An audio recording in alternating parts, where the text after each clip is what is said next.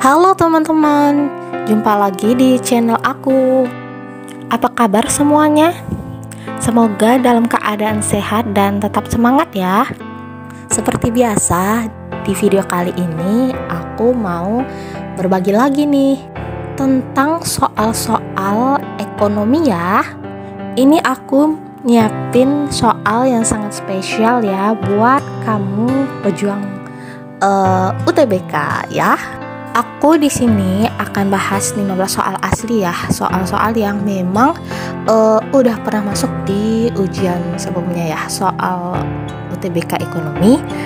Semoga nantinya soal-soal ini bisa membantu teman-teman semua yang lagi nyiapin atau lagi berjuang ya buat kampus impiannya. Oke, tanpa berlama-lama lagi langsung saja aku masuk ke pembahasan soal.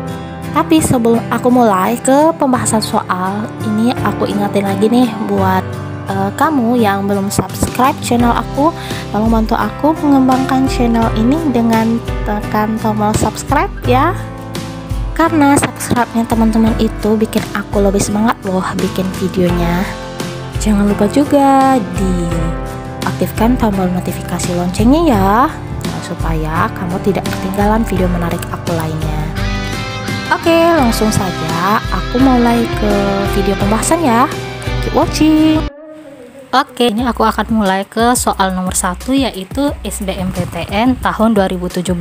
Nah, di sini aku akan bacakan soalnya. Manfaat atau kegunaan suatu barang dapat dikelompokkan sebagai berikut kecuali. Nah, ini yang ditanya kecuali ya, teman-teman. Oke, aku mau kasih tahu ya, ini soalnya sering juga masuk ya, seperti ini soal-soal di UTBK. Nah, kecualinya yaitu ini ya, yang B kecualinya ya. Oke, kecuali ini jawabannya adalah yang B ya. Nah, kalau manfaat bentuk itu barang lebih enak ketika bentuknya tuh sudah diubah ya. Contohnya apa, Kak? Mungkin ada yang nanya seperti itu ya. Contohnya ketika kayu berubah menjadi kursi ya. Oke, itu manfaat bentuk. Oke, manfaat waktu ya, barang itu lebih berguna ketika dia sudah digunakan atau dia akan digunakan pada waktu yang tepat. Contohnya adalah jas hujan ya, jas hujan. Nah, jas hujan ketika hujan ya. Oke, jas hujan berguna ketika hujan. Dan yang D ini manfaat tempat, ini termasuk juga ke dalam manfaat atau kegunaan suatu barang ya. Contohnya manfaat tempat itu adalah kalau pengertiannya, manfaat tempat itu artinya barang itu berguna ketika udah berubah tempatnya. Contoh pasir di sungai atau di pantai boleh ya, pasir di sungai aja ya, pasir di sungai. Nah, lebih berguna ketika dia udah digunakan untuk sebagai bahan ya, bahan bangunan ya, bahan bangunan. Dia biasanya kan kalau pasir ini digunakan untuk mencampurkan semen dan pasir ya, untuk bangunan ya. Nah, itu ya. Kalau manfaat milik, maksudnya itu barang itu berguna ketika udah pindah kepemilikan ya. Contohnya baju di toko ya, baju di toko itu lebih berguna ketika dia udah dibeli pelanggan. Oke, berarti yang bukan itu adalah jawabannya. Bravo ya. Oke, kita langsung masuk ke soal nomor 2. Nah, ini dia. Ketika mendirikan toko ABC, Pak Andi mengeluarkan modal awal sebesar 60 juta untuk kepentingan pribadinya. Bapak Andi mengambil uang sebesar 5 juta sehingga modal akhirnya menjadi 45 juta. Berdasarkan informasi tersebut, berapakah laba rugi toko ABC? Oke, teman-teman, di sini juga soal-soal akuntansi seperti ini banyak banget ya masuk di soal-soal UTBK. Jadi teman-teman harus waspada ya kalau soal-soal seperti ini. Nah, rumusnya adalah yang pertama, rumusnya. Nah, ini rumusnya tinggal masukkan rumus ini aja ya. Rumusnya adalah rumusnya modal awal ya. Nah, ini rumusnya. Mana dia ya? Oke, ini dia. Tabletnya kemana-mana ya. Nah, modal awal, ini rumusnya modal awal ya. Modal awal ditambah dengan sorry banget ya. Modal awal dikurang dulu dengan prive, ditambah ya, ditambah laba atau rugi Nah, dia kan nggak tahu nih posisinya laba atau rugi, makanya kita buat atau ya. Nah, prive ditambah laba atau rugi. Oke, sebentar ya. Nah, ini rumusnya ya.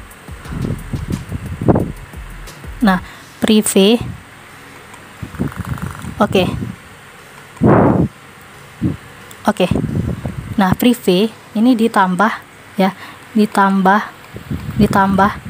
laba atau rugi ya. Ditambah laba atau rugi. Nah, kemudian dikurangi dengan modal akhir ya. Oke, bukan dikurangi ya, sama dengan modal akhir. Nah, ini dia sama dengan modal akhir. Oke, ini dia. Nah, modal awalnya berapa? Modal awalnya 60 juta ya. Nah, berarti di sini modal awalnya 60 juta.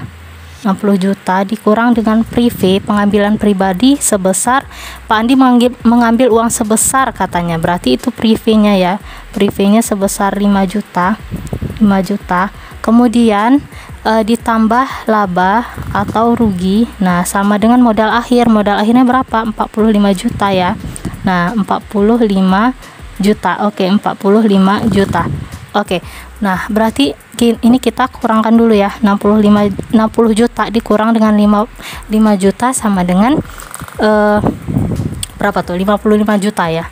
Oke, ini 55 juta ya, 55 juta. Nah, ditambah laba atau rugi sama dengan 45 juta. Oke, 45 juta. Kemudian ya, mencari laba atau rugi. Oke, ini berarti laba atau rugi. Nah, laba atau rugi sama dengan 45 juta dikurang dengan 50 juta ya. Nah, 45 juta dikurang dengan 55 juta. Oke. 55 juta. Oke. Nah, berapa itu dapat hasilnya? Dapatnya adalah dapatnya adalah 10 juta ya. Oke. Karena dia di sini minus, berarti dia pasti rugi ya. Ini minus 10 juta, minus 10 juta. Oke. Berarti jawabannya adalah minus 10 juta, rugi 10 juta. Berarti jawabannya adalah bravo. Oke, ini selesai. Kita masuk ke nomor 3. Pihak yang kegiatan usahanya mengelola portofolio efek untuk para nasabah atau mengelola portofolio investasi kolektif reksadana untuk sekelompok nasabah disebut. Oke, ada kata kunci mengelola. Nah, biasanya yang mengelola itu adalah si manajer investasi. Nah, itu jawabannya adalah manajer investasi ya. Oke, berarti ini jawabannya adalah bravo atau B ya. Oke, ini adalah B. Nah, ini jawabannya B. Oke, ini jawabannya B. Oke, kalau Biro Administrasi Efek itu tugasnya mencatat kepemilikan saham ya. Kalau kustodian itu lembaga yang bertugas untuk ya, dia menawarkan jasa ya, menyimpan saham, penyimpanan saham ya. Wali amanat itu dia mewakili, namanya wali ya, mewakili kepemilikan saham ya. Dia mewakili kepemilikan saham. Yang punya saham boleh diwakili oleh si yang namanya wali amanat. Oke, kita langsung ke nomor 4. Kebijakan harga yang seharusnya dilakukan oleh monopolis jika ingin meningkatkan penerimaan total adalah. Nah, oke teman-teman, ini soalnya butuh analisis juga ya. Oke. Nah, kita mengenal adanya barang elastis ya. Oke, kita mengenal adanya barang elastis. Nah, barang elastis dan barang inelastis. Nah, barang inelastis. Nah, kalau barang elastis ada pengaruh harga terhadap jumlah permintaan, ada pengaruh P terhadap Q. Nah, kalau barang inelastis yang namanya in ya kan, in itu berarti kan tidak ada pengaruh harga ya terhadap jumlah permintaan ya. Nah, dia tidak ada pengaruh harga terhadap jumlah barang permintaan. Jadi, kalau untuk barang elastis untuk menaikkan TR. Nah, kita Untuk TR tahu ya, TR adalah total revenue ya, total penerimaan. Untuk menaikkan TR, nah kita harus menurunkan harga ya. Menurunkan harga berarti di sini P-nya harus turun ya, supaya TR-nya naik. Nah, kalau untuk barang inelastis ya, P kan nggak ada pengaruhnya terhadap Q ya. Untuk menaikkan TR ya, untuk menaikkan TR, nah ini kita harus menaikkan harga ya. Dinaikkan pun harganya. Untuk barang inelastis, karena nggak ada pengaruh harga terhadap jumlah barang yang diminta, dia pasti akan tetap dibeli oleh pelanggan. Apanya yang tetap dibeli? Yaitu pastinya si barang dong. Oke, jadi jawabannya ini Bravo ya.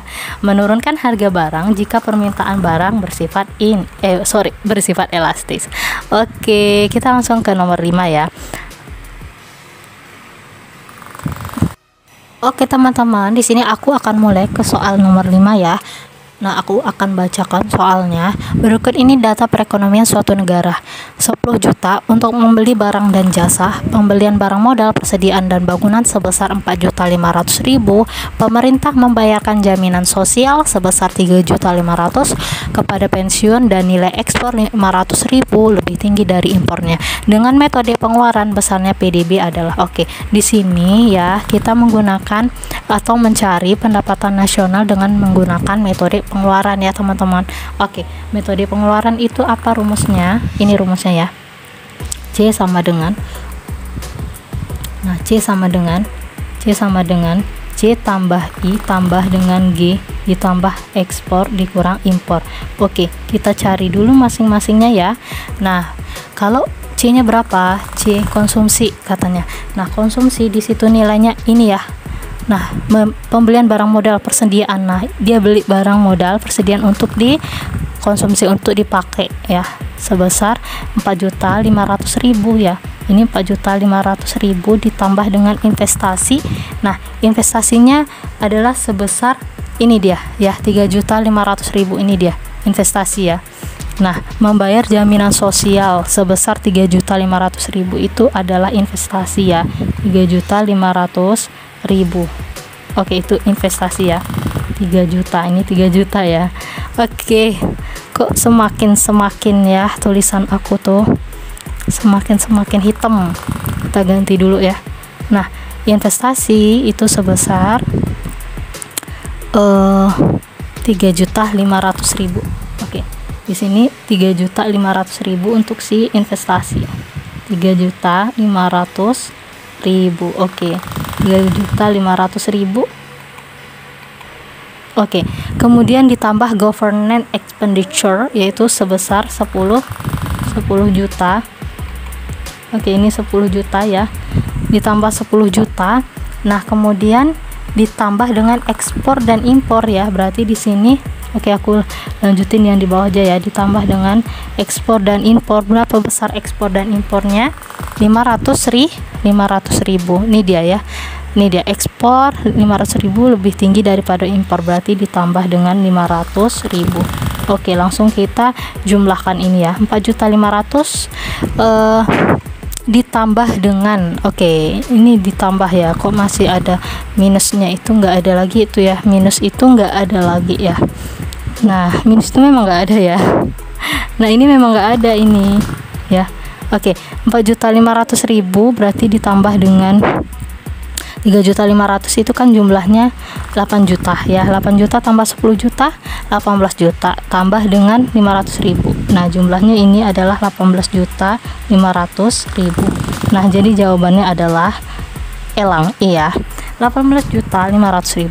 Kita lanjut ke soal nomor 6.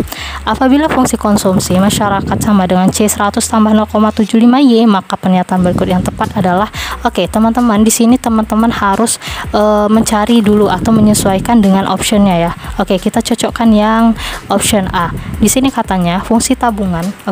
Kita buat fungsi tabungan.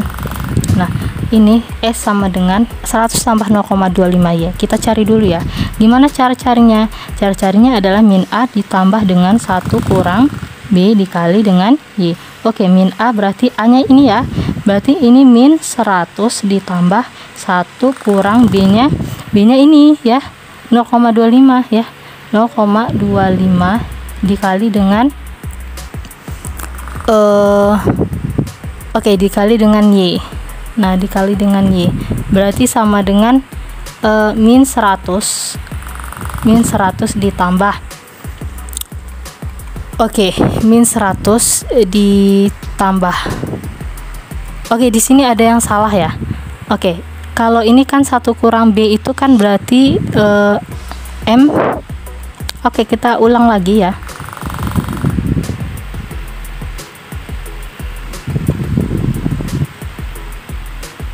Kita ulangi lagi ya. Kita harus tahu dulu di sini MPS dan MPC-nya ya. Nah, di sini kan di option A katanya fungsi tabungan S sama dengan 100 tambah 0,25Y. Yang diketahui dari fungsi konsumsi, C-nya ini ya, fungsi konsumsi ya. Ini kan fungsi konsumsinya ini nih, C sama dengan 100 ditambah 0,75Y ya. Nah, MPC-nya ini berapa? MPC sama dengan 0,75Y. Ini MPC. MPC itu yang mana? Ini dia ya. Kalau MPS, nah MPS rumusnya 1 kurang MPC. 1 kurang MPC berarti 1 kurang 0,75 sama dengan 0,25. Kita cocokkan yang A ya. Yang A itu katanya fungsi tabungan sama dengan S sama dengan itu dia 100 tambah 0,25Y. Fungsi tabungan kan rumusnya kayak gini, min A tambah dalam kurung 1 kurang B dikali dengan Y. Min A berarti min 100 ya. Min 100 ditambah 1 kurang B. 1 kurang B. B-nya berapa? Ini dia ya. MPS-nya di sini. Ya. Ini MPS-nya kan udah ketemu ini ya. Berarti 1 tambah 1 kurang B ini kan sama dengan MPS. Berarti MPS-nya 0,25. Ini berarti langsung kita tulis aja ya MPS-nya. MPS. Nah, 1 kurang B itu kan sama dengan MPS.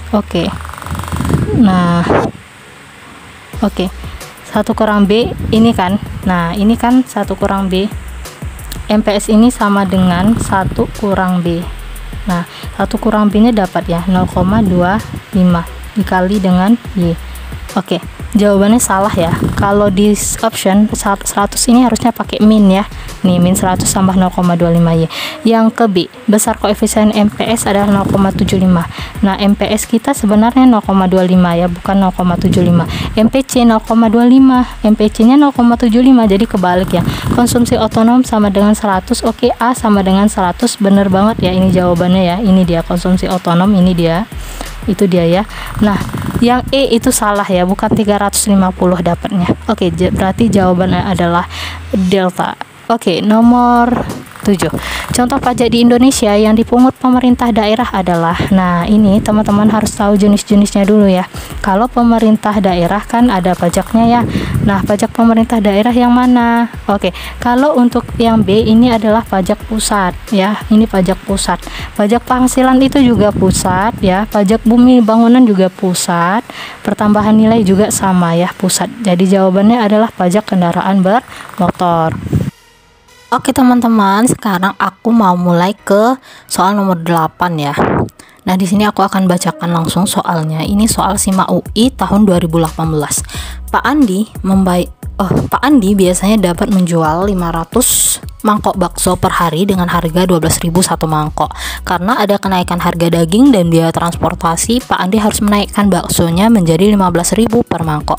Akibatnya penjualan Pak Andi turun menjadi 450 mangkok per hari. Koefisien elastisitas permintaan adalah, nah yang ditanya ini adalah ED ya. Berarti yang ditanya ini ED. ED-nya berapa katanya. Kita harus mengingat lagi lah, rumus elastisitas permintaan itu delta Q per delta P ya, dikali dengan P1 per Q1. Tinggal kita masukkan. Nah, ini delta Q nya berapa? Q1 nya pertama 500 ya, kemudian Q2 nya, nah Q1 sama dengan 500 ya, Q awal ya, maksudnya Q awal. Nah, ini Q awalnya Ki awal sebentar ya. Oke, ini ki awal 500 ya. Ki awalnya 500. Kemudian ki 2-nya berapa? Ki 2-nya katanya ki 2 450. Oke, 450. Kemudian P1 sama dengan P1 dengan harga 12.000. Oke, itu 12.000 P1. Kemudian P2-nya 15.000. P2 sama dengan 15.000. Oke, ini langsung kita bisa masukkan ke soal. Delta Q katanya berarti Q2 kurang Q1, 450 dikurang 500 sama dengan min 50 per delta P. P2 kurang P1, 15.000 kurang 12.000. Ini dapat 3.000 dikali P1, 12.000 ya. Ini 12.000 per Q1. Nah, Q1-nya berapa? 500 ya. Oke, itu dia. Nah, kita bisa coret dulu nolnya. Ini coret 3, ini coret 3. Oke. Kemudian ini bisa coret 1, ini bisa coret 1. Oke. Min 5 kali 12 itu dapatnya min 60 ya. Nah, ini dapatnya min 60. Min 60. Oke, min 60 per 3 kali 50 ya, 150. Oke, ini dapatnya sama dengan min 0,4. Ini ED-nya ya. Nah, kalau di elastisasi demand ya, ED itu kan harus bernilai, maksudnya negatifnya harus dihilangkan. Berarti ED-nya ini 0,4. Jadi jawabannya adalah delta ya, D. Oke, kita lanjut ke soal nomor 9. Kegiatan terkait dengan efisiensi usaha yaitu melakukan katanya. Nah, di sini teman-teman harus tahu karena soal ini sering juga masuk ya, termasuk soal-soal mudah sebenarnya. Nah, ini terkait dengan gimana supaya jumlah produksi kita itu banyak. Ada yang nama ekstensifikasi ya. Ekstensifikasi ini perluasan produk ya. Perluasan produksi kita dengan cara menambah faktor produksi ya. Ini meningkatkan faktor produksi. Oke, ini meningkatkan faktor produksi. Kalau diversifikasi produk ini meningkatkan jenis produk ya. Misalnya kalau misalnya kita hari ini cuman jual kue yang rasa pisang, nah kita juga nanti juga bakal tambah kue yang rasa ubi, rasa coklat kayak gitu. Itu nama diversifikasi. Nah, kalau intensifikasi dia terkait efisiensi usaha ya. Jadi ini jawabannya ya. Gimana supaya produk kita itu meningkat dengan cara meningkatkan efisiensinya. Biasanya kalau ini dia terkait dengan meningkatkan produktivitas ya. Produktivitas dinaikkan. Misal kayak gini, supaya hasil produksi kita naik, maka kita harus menggunakan pupuk-pupuk yang berkualitas kayak gitu kalau di bidang pertanian. Oke, jadi jawabannya Charlie ya. Nomor 10, titik minimum kurang biaya rata-rata AC terjadi pada waktu. Oke, ini udah banyak ya aku singgung di video-video selanjutnya ya. Teman-teman boleh diobrak-abrik dulu video aku ya. Ini dalam bentuk soal, aku udah jelaskan sebelumnya. Nah, ini jawabannya adalah Charlie ya. MC sama dengan AC. Oke. 11. Dalam proses produksi, biaya tetap rata-rata tidak berubah meskipun ada kenaikan jumlah produksinya. Oke, ini benar banget ya. Kalau biaya tetap itu dia tidak dipengaruhi oleh jumlah produksi ya. Jadi mau tak mau, kalau banyak atau sedikit pun produksi perusahaan, FC-nya tetap bakal dibayarkan. Sekalipun nggak ada produksi, FC tetap dibayarkan. Sebab dalam kegiatan produksi biaya tetap tidak terpengaruh oleh perubahan jumlah produksi. Oke, ini benar banget ya. Dia nyambung ya. Oke, nyambung. Jadi jawabannya alfa. Nomor 12. Suatu perusahaan memproduksi 7 unit output dengan average total cost 15.000. Oke, kemudian di sini agar mampu berproduksi perusahaan harus mengeluarkan fixed cost sebesar 30.000. Maka besarnya average variable cost adalah, oke, ini dia yang ditanya apa? Dia yang ditanya adalah AVC. Oke, rumus AVC kan seperti ini ya. Teman-teman ingat rumus seperti ini, AC sama dengan AFC ditambah dengan AVC. Oke, yang ditanya ini nih. Oke, ini kita jabarkan dulu ya. AC sama dengan AFC itu kan rata-rata fixed cost-nya. Gimana cara cari rata-rata? Tinggal kita bagi FC dibagi dengan Q ditambah dengan AVC. Oke. AC katanya di sini 7 unit output dengan average total cost. Berarti itu si AC ya. AC ada di soal 15.000. Nah, kemudian sama dengan FC-nya perusahaan harus mengeluarkan fixed cost sebesar 35.000. Di sini berarti 35.000 per dengan Q-nya. Q-nya 7 unit ya. Q-nya udah diketahui 7 unit ditambah dengan yang ditanya. Oke, ini bisa kita selesaikan dulu satu-satu. 15.000 tinggal turunkan, 35.000 bagi 7 sama dengan 5.000 ya, ditambah dengan AVC. Oke, ini kita bisa ya. Gimana cara cari AVC? Langsung kita kurangkan aja. AVC sama dengan 15.000 ya. 15.000 dikurang dengan 5.000. Jadi dapatnya ini adalah 10.000. Oke, dapatnya adalah 10.000. Bravo ya. Oke, sekarang aku masuk ke soal nomor 13. Nah, soalnya adalah kurva yang menjelaskan kombinasi dua jenis barang yang membutuhkan anggaran yang sama adalah. Nah, di sini ada kata kunci ya. Anggaran yang sama. Oke, anggaran yang sama. Anggaran. Nah, itu budget ya. Berarti ini kalau kurvanya apa jenisnya? Kurva budget line curve. Oke, ini jawabannya E. Oke, isokos. Isokos itu cost itu biaya ya. Berarti kalau iso sama. Nah, yang samanya biaya ya. Nah, di sini pengertian secara ekonominya adalah kurva yang menggambarkan mengkombinasikan maksudnya ya. Dua faktor produksi yang membutuhkan biaya yang sama.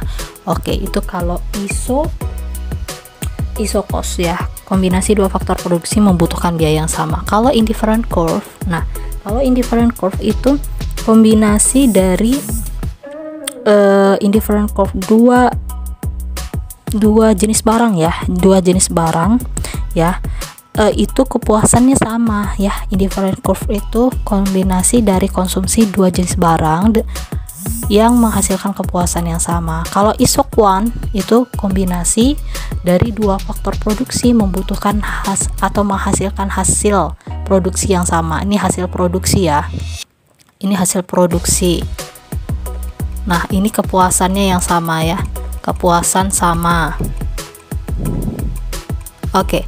Kalau isokos ini biayanya sama ya. Biayanya sama untuk mengkombinasikan dari dua faktor produksi. Oke, nomor 14. Jika harga emas diprediksi pada Agustus 2017 akan naik sekitar 30%, maka ini pastinya kalau harga emas naik di tahun yang akan datang, permintaan terhadap emas sekarang cenderung akan naik. Oke, ini jawabannya adalah bravo. Oke, nomor 15. Faktor yang menyebabkan meningkatnya permintaan terhadap mobil hemat energi adalah. Oke, kita cek ini dari yang pertama. Yang pertama katanya harga mobil naik. Oke, ini pasti salah besar ya, karena nggak mungkin banget harga mobil naik permintaannya meningkat, nggak mungkin banget. Yang kedua, ekspektasi pendapatan di masa depan yang lebih tinggi. Oke, ini bukan ya, nggak termasuk ya. Kalau pendapatan itu dia ngukurnya nggak di masa yang akan datang, tapi sekarang ya.